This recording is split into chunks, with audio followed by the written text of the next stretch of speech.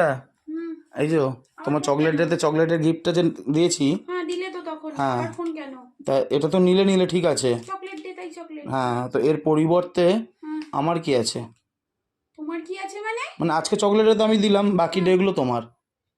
মানেটা কি? একটা চকলেট, এই 10 টাকা দামের একটা চকলেট দিয়ে বাকি পুরো ভ্যালেন্টাইন ডে পর্যন্ত আমাকে গিফট দিতে হবে? অবশ্যই।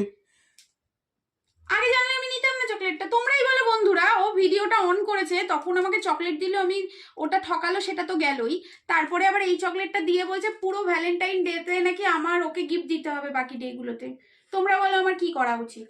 কিচ্ছু করা উচিত না, গিফটটা লাগবে আমার, সোজা কথা বলছি। এটা এখন দিয়ে দিয়েছো, এখন আমি খাই, তারপরেরটা আমি তা পরে খাও, ভেবে দেখবো। আমাকে একটু দাও সাথে।